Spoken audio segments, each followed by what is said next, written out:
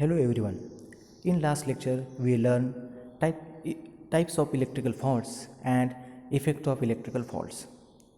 In today's lecture we will learn protection zones in power system.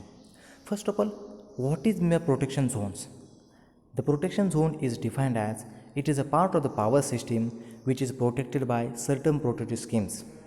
It is establishment around each power system equipment. When fault occurs on any protection zones, then circuit breaker of that zone only circuit breaker of that zone it will be open.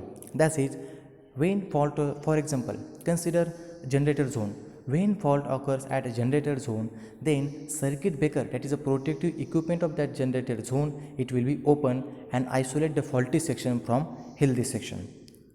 There are so many types of protective zones like generator protective zones, busbar protective zone, transformer protective zone, transmission line protective zones. In this way, the protection zone covers the entire power system and no part of the equipment is left unprotected.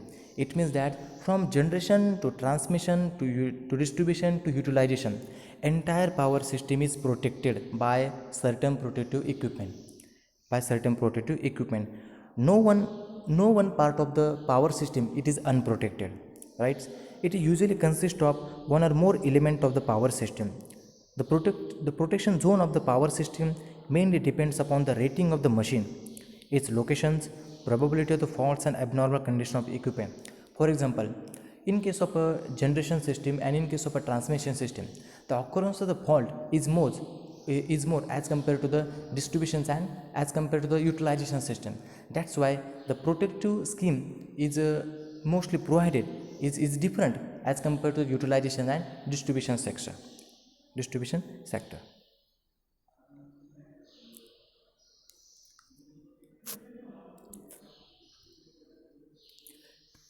Second one of the most important topic is overlapping of zones of protection. The fault is meant by overlapping.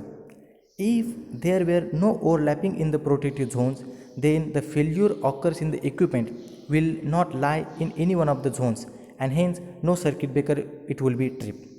For example, when the fault occurs in the unprotected system, it will damage the equipment and hence disturb the continuity of supply. The figure shows a certain amount of overlapping between the protective zones. Overlapping zones of protection, it means that generator protective zone is overlap the busbar protective zones, or a busbar protective zone is overlap the transmission line protective zones or transformer protective zone. It is called as overlapping of protective zones, overlapping of zones of protections. Okay. A figure shows that various types of overlapping of protective zones like generator protective zones. Generator protection is overlapped by switchgear protections. Like after that, transformer protection zone is overlapped by generator protective zones. Right? Then transmission line protective zones is overlapped by busbar protection zones. In this way, overlapping protection zones is operate. The overlapping zones of protection it is a backup. We can also consider the backup protection for another zones of protection. The probability of failure in the overlap region is very small, but the overlap region will cause the tripping of the more circuit breaker than minimum necessary for the disconnection of the faults region, because when the fault occurs in any one of the two overlapping regions, for example, generator protection is overlap the busbar protection region, then the breaker of the both the region will be open and the system is isolated.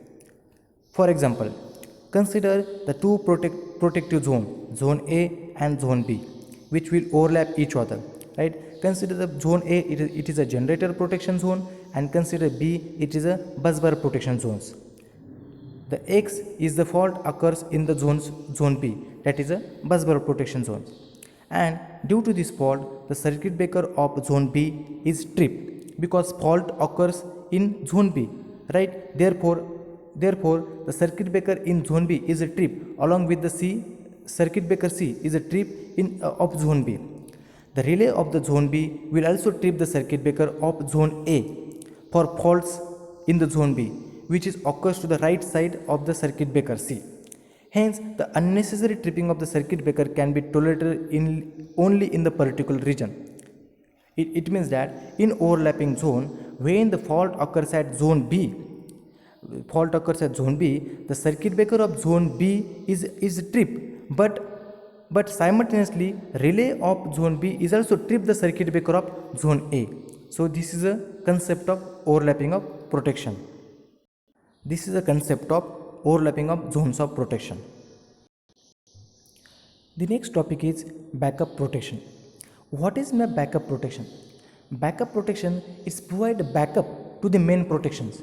For example, when main protection is fails, then another protection is provide backup to the main protection. For example, when fault occurs, then circuit main protection, that is main circuit breaker is fail to its operation. Then circuit breaker placed in backup, that circuit breaker will be trip and isolate the faulty section from healthy sections. So it's called as backup protection. The backup protection is essential for the proper working of electrical systems. The backup protection is the second line defense of which isolate the faulty section of the system in case of main protection fail to function properly. For example, when main protection is not operating the properly and is not isolate the faulty section from healthy section when fault occurs, then at that time backup protection will trip and it will operate with very function properly and isolate the faulty section from healthy section. That's why backup protection is necessary in electrical power system. The failure of primary protection occurs because failure of the DC supply circuit, current or voltage supply to relay circuit, relay protective circuit, or because of the circuit breaker. This is the major reason for failure of main protection systems. For example, consider the remote backup protection is provided by very small time graded relay as shown in figure. Let F is the fault occur on relay R4, right?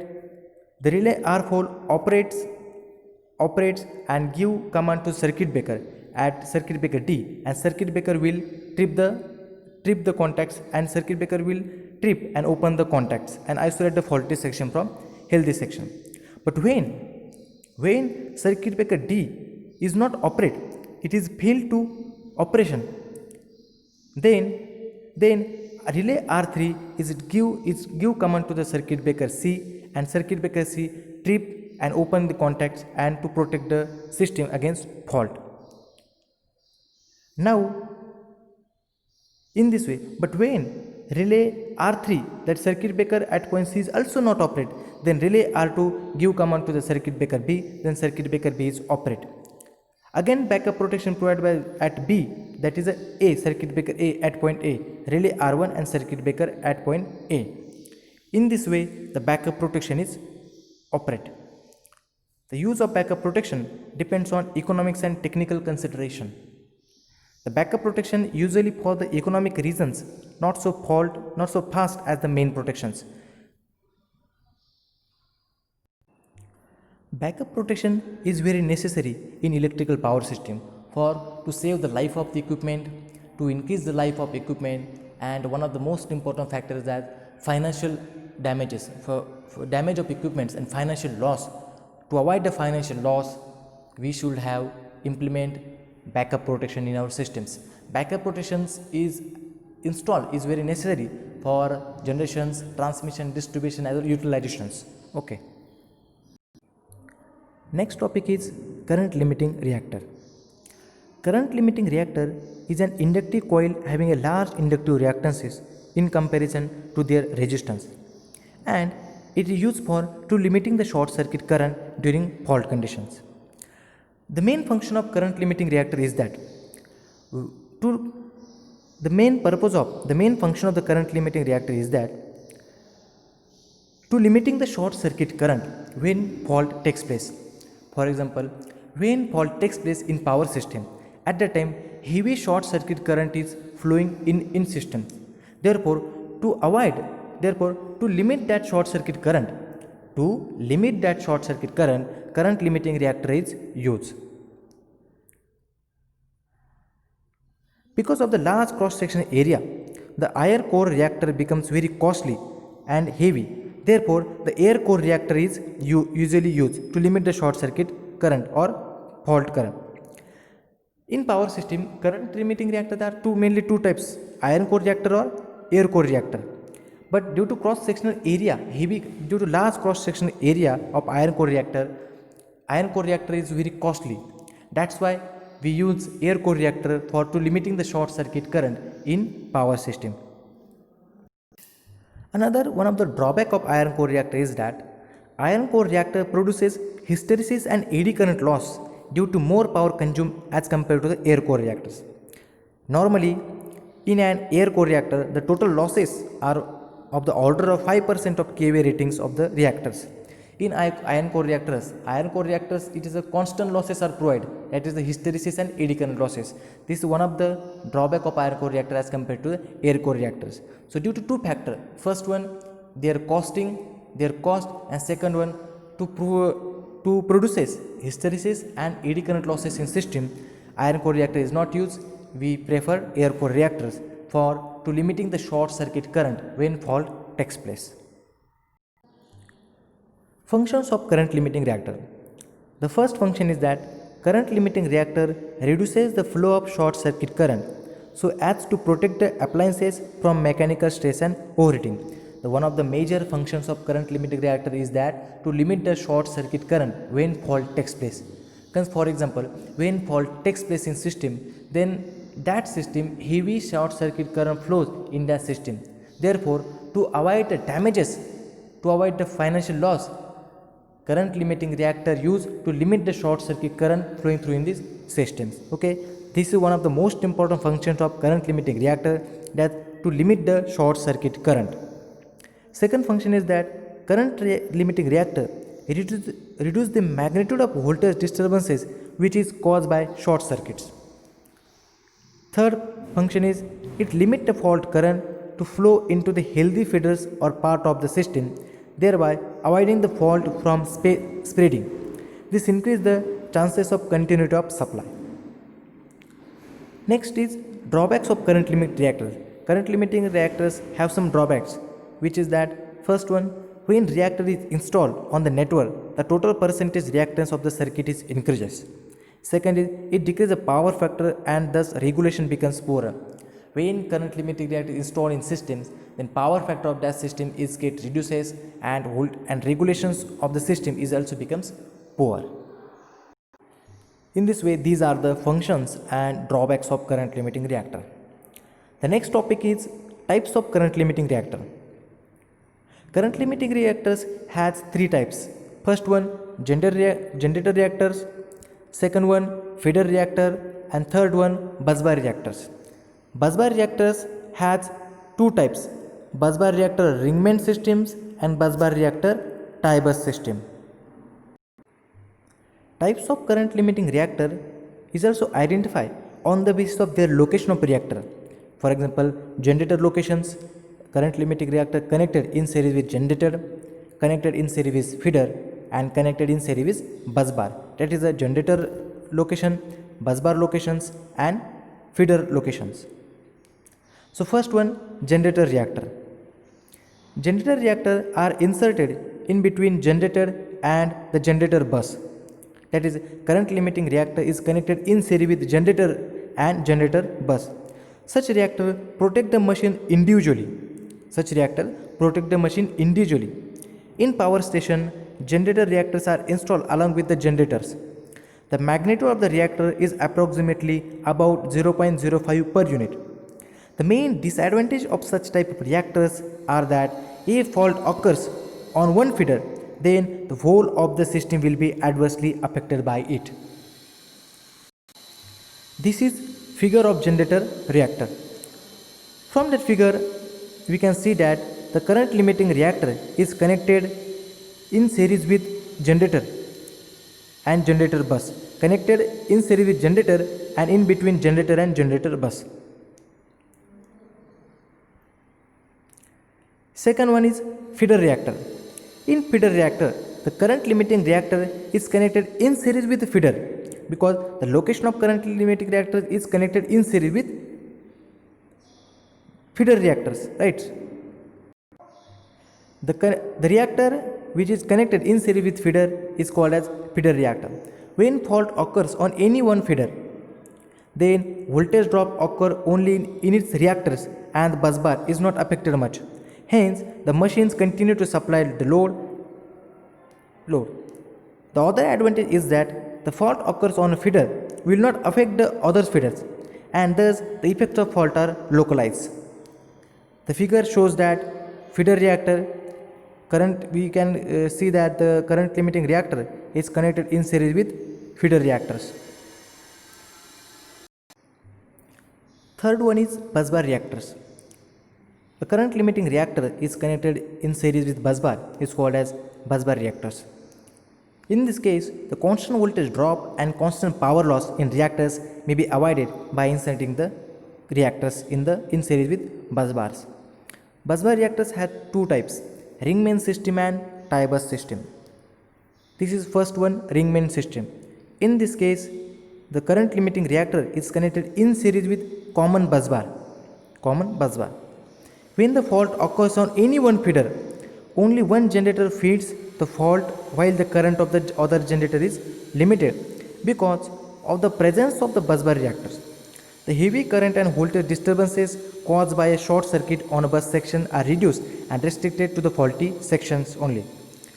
The only one drawback of such type of reactor is that it does not protect the generator connected to the faulty section. It does not provide protection to the generator connected to the faulty section. And this is second one, tie bus system. This is a modification of the ring main system. In tie bus system, the generator is connected to the common busbar through the reactor. In this system, the generator is connected through the common busbar through the reactors, and the feeder is fed from generator side. The operation of a tie bus system is exactly similar to the ring main system, but it has got additional advantages that in this system, if the number of sections is increased, the fault current will not exceed a certain value, which is fixed by the size of individual reactors. In this way, the topic of current limiting reactor is over. The next important topic is that numerical on this unit. According to the circular of MSBT, we should have study our subject is MCQ point of view, because your exam will be held 90% will be held on MCQ base. So that's why we have to do study according to the MCQ point of view, right? On MCQ point of view. In this slide, I took one numerical for your understanding and clearing the concepts about percentage reactance, base kVA, rated kVA. You have to practice more numerical at your home for solving the examples those occurs in exam. In this way, the unit number 1 is over. Thank you.